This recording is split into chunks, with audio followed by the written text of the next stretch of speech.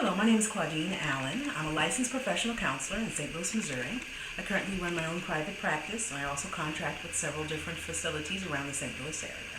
Today I'm going to be talking to you about domestic violence. Many times women who are experiencing domestic violence may have some apprehensions about going to counseling. In a counseling session, what would happen is it would be a private conversation between you and the counselor to help you make some decisions about where you need to go and what you need to do, getting together a safety plan, and working with you to figure out what your next steps are. Everything that's said between you and your counselor will be private, and nothing is reported unless you're in any kind of danger or harm to yourself or to others. In dealing with domestic violence, women have to remember that domestic violence has long-term effects. Sleep disturbances and emotional distress and depression affects women directly, but it also affects your children. Many times girls have problems with self-esteem and end up in their own domestic violence relationships, even as young as in high school. With boys, a lot of times witnessing domestic violence causes them to have anger issues and problems in their own personal relationships.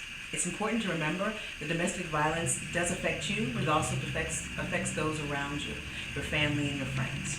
So it's important to really think about taking steps to get yourself and your family into a safer place. We do have resources that are available to you, especially in St. Louis, Missouri, and the outer regions. There are different agencies, such as the Women's Safe House in Comtree, that can offer therapy. There are also shelters, and there are also police interventions that can help with making sure that you're kept safe. A lot of these programs also work with women who have children who are still school age in order to make sure that they can get to their schools and that they don't have to interrupt their lives too much. It's always important that you go online and you get access this information, or if you want to talk with your counselor and they can give you referrals. One of the biggest concerns many women who are in domestic violence relationships are worried about is the privacy issues once they go to a counselor. Many times, even though they have left the abuser, they still seek counseling in order to help them leave the abuser. It's very important that when you pick a therapist or a counselor, that you talk with them first about the privacy issues. What are your rights? What are their responsibilities? And how is your information going to be kept between you and them? Know that all your information is private, and it's only in any kind of case where there's danger to yourself or where you are personal harm that they would have any kind of ability to go and talk with police.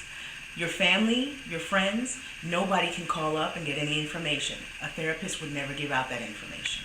So once again, remember, with domestic violence cases, privacy is very important. So make sure you talk with your therapist and get comfortable with that. One of the important things to remember in a domestic violence situation is it doesn't get better. It's only going to get worse. The longer that you prolong leaving, the longer and the worse chance you have of getting harmed. If not for yourself, if you have children, think of the consequences for them and think about how to get out of the abusive relationship. See a therapist, see a counselor. You could even go online and look up resources. The most important thing to do is to make sure that you figure out how to stay safe. When leaving the relationship, make sure that you have a plan. I think if you're leaving the relationship and you don't have a plan of where you're going to go, a safe place, money in order to take care of some of the issues that you might have, then you put yourself in a very vulnerable position of being out in the world and then going back to a relationship that was very dangerous for you.